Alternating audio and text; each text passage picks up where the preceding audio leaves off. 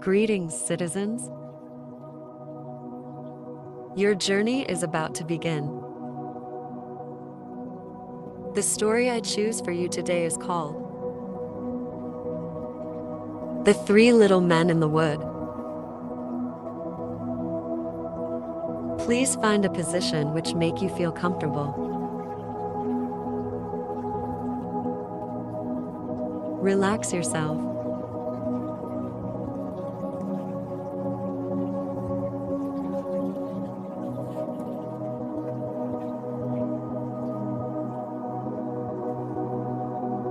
There was once a man whose wife died, and a woman whose husband died.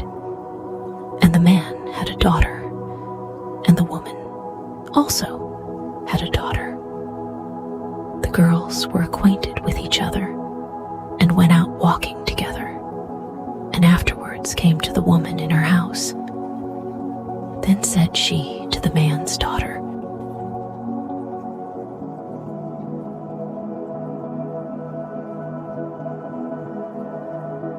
"Listen, tell thy father that I would like to marry him, and then thou shalt wash thyself in milk every morning and drink wine. But my own daughter shall wash herself in water and drink water." The girl went home and told her father what the woman had said. The man said, "What shall I do? Marriage is a joy and also a torment."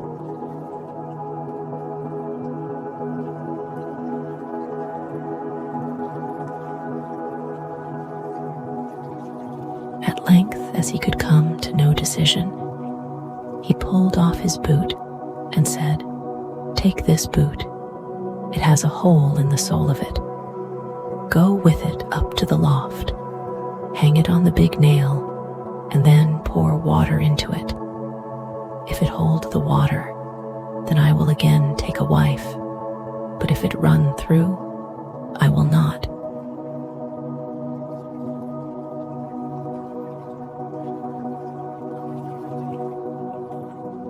The girl did as she was ordered, but the water drew the hole together, and the boot became full to the top. She informed her father how it had turned out. Then he himself went up, and when he saw that she was right, he went to the widow and wooed her, and the wedding was celebrated.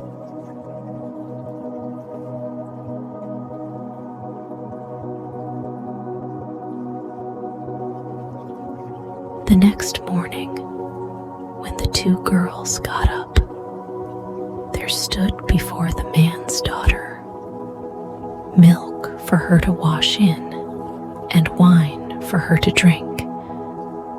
But before the woman's daughter stood water to wash herself with and water for drinking.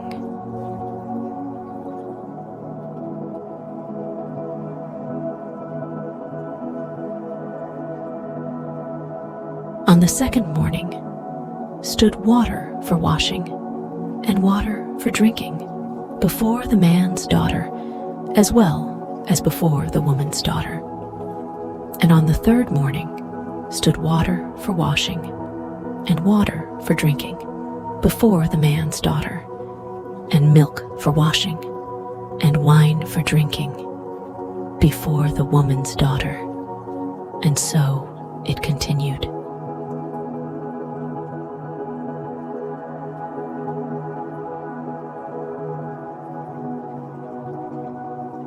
The woman became bitterly unkind to her stepdaughter, and day by day did her best to treat her still worse. She was also envious because her stepdaughter was beautiful and lovable, and her own daughter ugly and repulsive.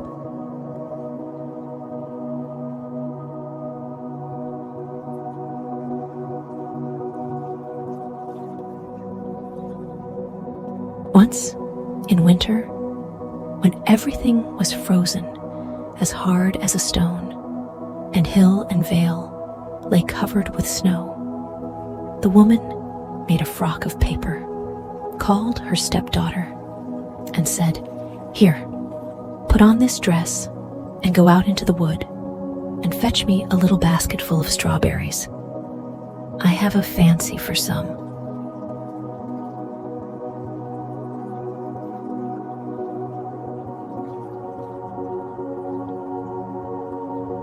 "Good heavens," said the girl. "No strawberries grow in winter. The ground is frozen, and besides, the snow has covered everything. And why am I to go in this paper frock? It is so cold outside that one's very breath freezes.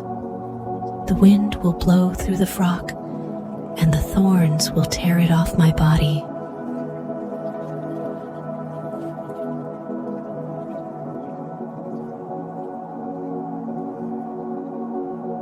"Wilt thou contradict me again?" said the stepmother. "See that thou goest, and do not show thy face again until thou hast the basketful of strawberries." Then she gave her a little piece of hard bread and said, "This will last thee the day," and thought, "Thou wilt die of cold and hunger outside, and wilt never be seen again by me."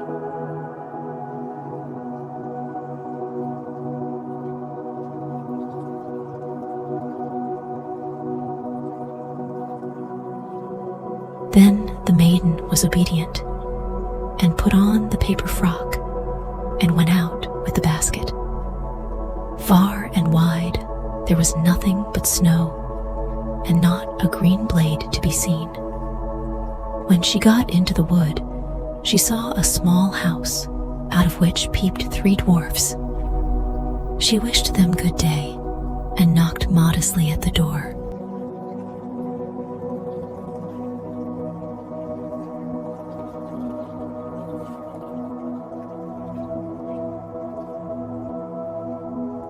They cried, "Come in," and she entered the room and seated herself on the bench by the stove, where she began to warm herself and eat her breakfast.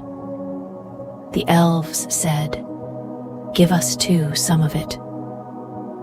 "Willingly," she said, and divided her bit of bread in 2 and gave them the half.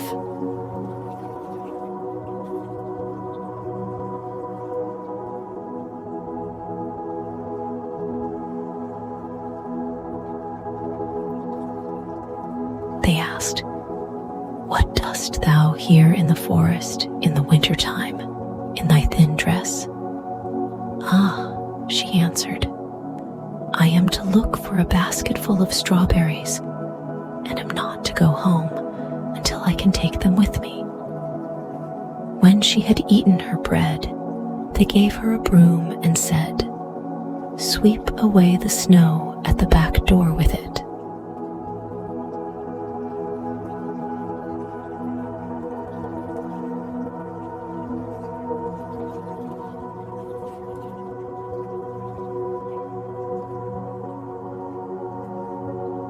But when she was outside, the 3 little men said to each other, "What shall we give her, as she is so good, and has shared her bread with us?" Then said the first, "My gift is that she shall every day grow more beautiful." The second said, "My gift is that gold pieces shall fall out of her mouth every time she speaks."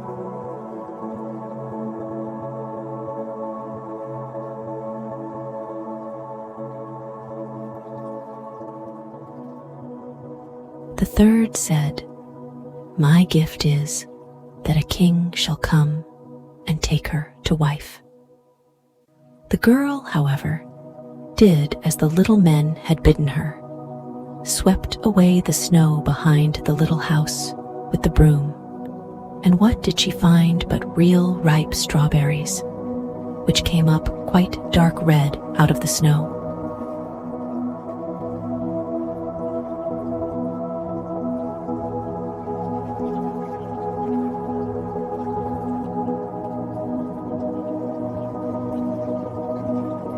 In her joy, she hastily gathered her basket full, thanked the little men, shook hands with each of them, and ran home to take her stepmother what she had longed for so much. When she went in and said good evening, a piece of gold at once fell from her mouth.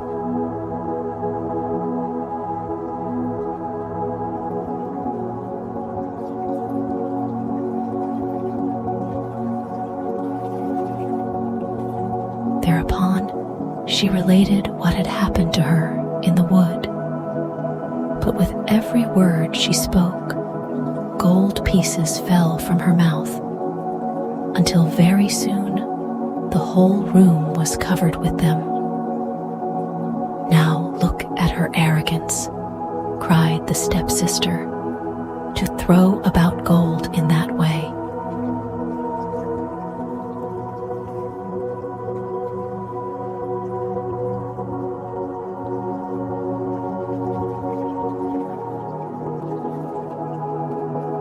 But she was secretly envious of it, and wanted to go into the forest also to seek strawberries.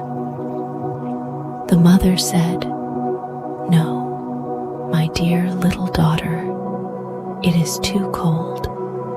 Thou mightest die of cold."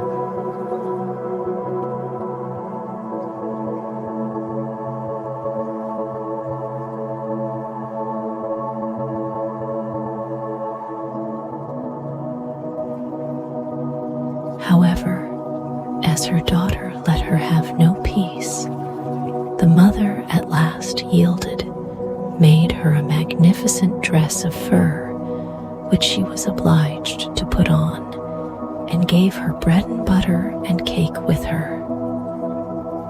The girl went into the forest and straight up to the little house.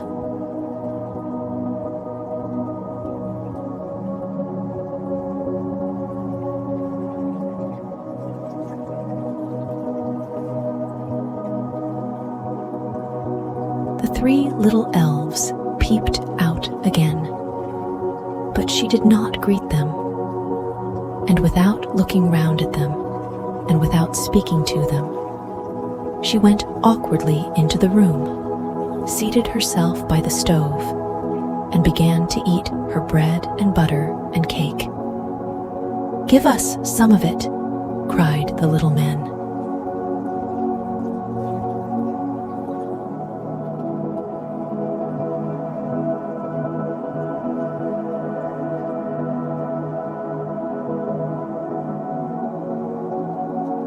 But she replied, "There is not enough for myself, so how can I give it away to other people?"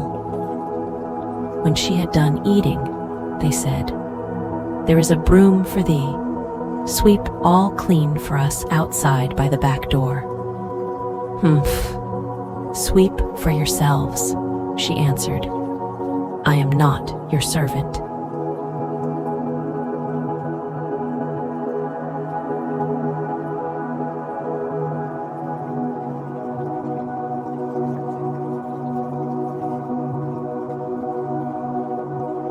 When she saw that they were not going to give her anything, she went out by the door.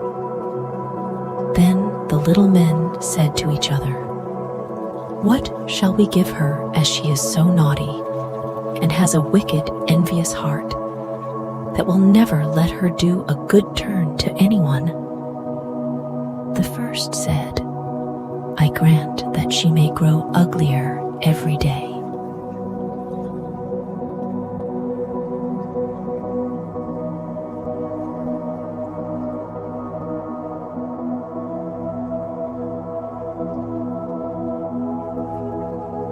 The second said, "I grant that at every word she says, a toad shall spring out of her mouth." The third said, "I grant that she may die a miserable death." The maiden looked for strawberries outside, but as she found none, she went angrily home.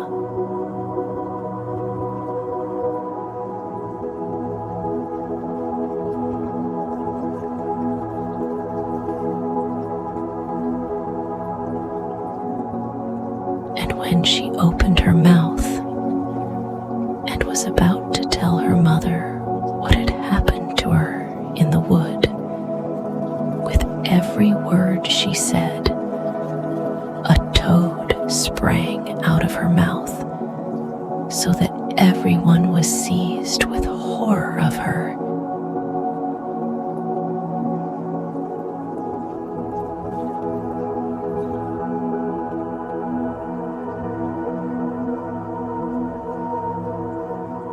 Then the stepmother was still more enraged and thought of nothing but how to do every possible injury to the man's daughter, whose beauty, however, grew daily greater. At length she took a cauldron, set it on the fire, and boiled yarn in it.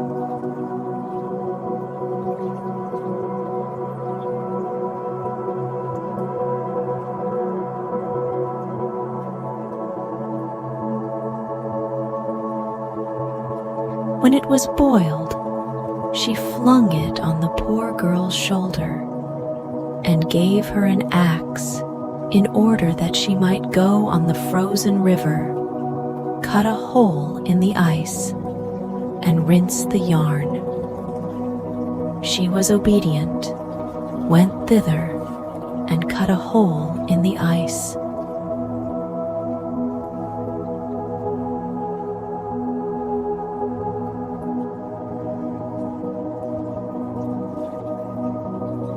And while she was in the midst of her cutting, a splendid carriage came driving up, in which sat the king. The carriage stopped, and the king asked, "My child, who art thou, and what art thou doing here?" "I am a poor girl, and I am rinsing yarn." Then the king felt compassion, and when he saw that she was so very beautiful,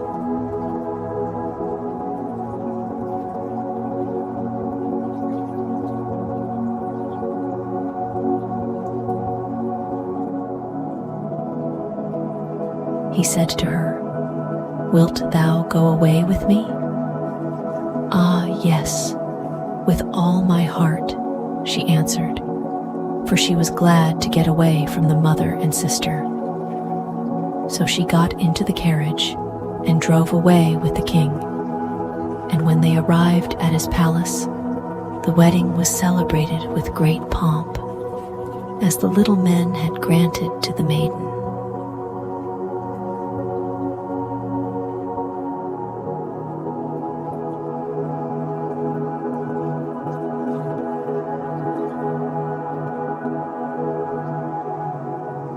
When a year was over, the young queen bore a son, and as the stepmother had heard of her great good fortune, she came with her daughter to the palace and pretended that she wanted to pay her a visit. Once, however, when the king had gone out and no one else was present,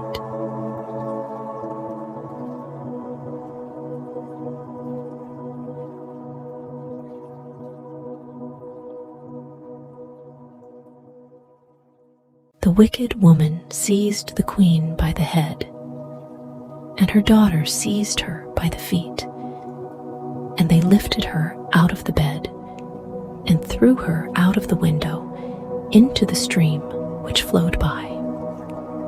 Then the ugly daughter laid herself in the bed, and the old woman covered her up over her head.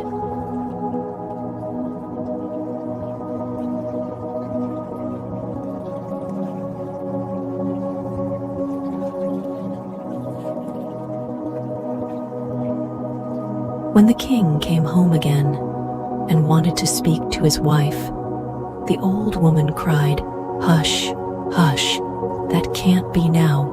She is lying in a violent perspiration. You must let her rest today."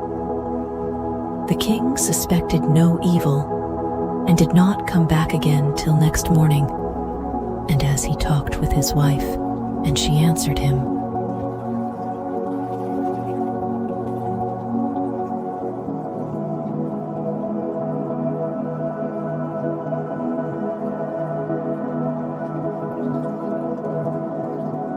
with every word a toad leaped out, whereas formerly a piece of gold had fallen out. Then he asked what that could be. But the old woman said that she had got that from the violent perspiration and would soon lose it again. During the night, however, the scullion saw a duck come swimming up the gutter, and it said,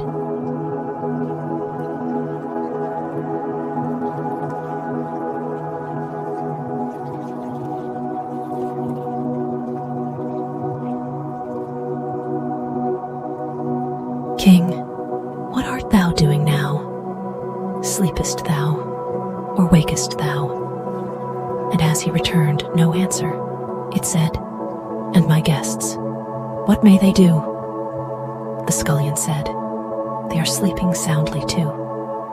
Then it asked again, "What does little baby mine?" He answered, "Sleepeth in her cradle fine."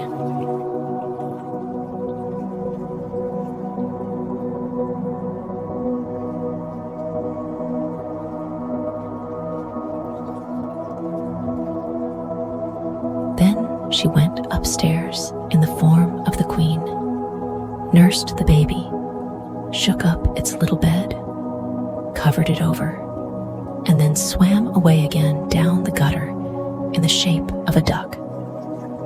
She came thus for 2 nights. On the 3rd, she said to the scullion, "Go and tell the king to take his sword and swing it 3 times over me on the threshold."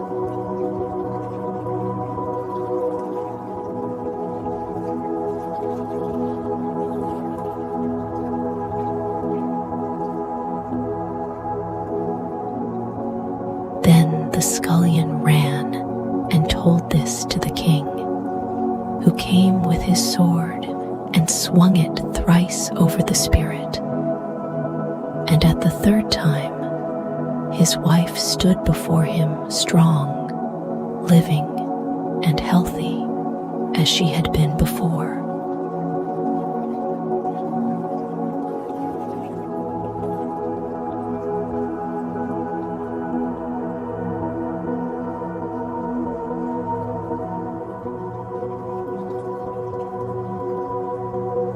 Thereupon, the king was full of great joy, but he kept the queen hidden in a chamber until the Sunday, when the baby was to be christened.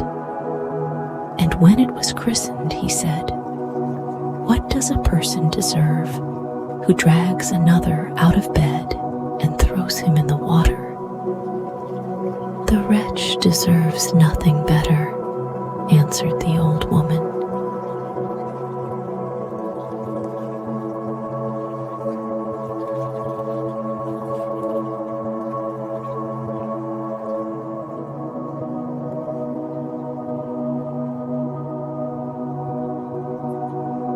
Than to be taken and put in a barrel stuck full of nails and rolled downhill into the water.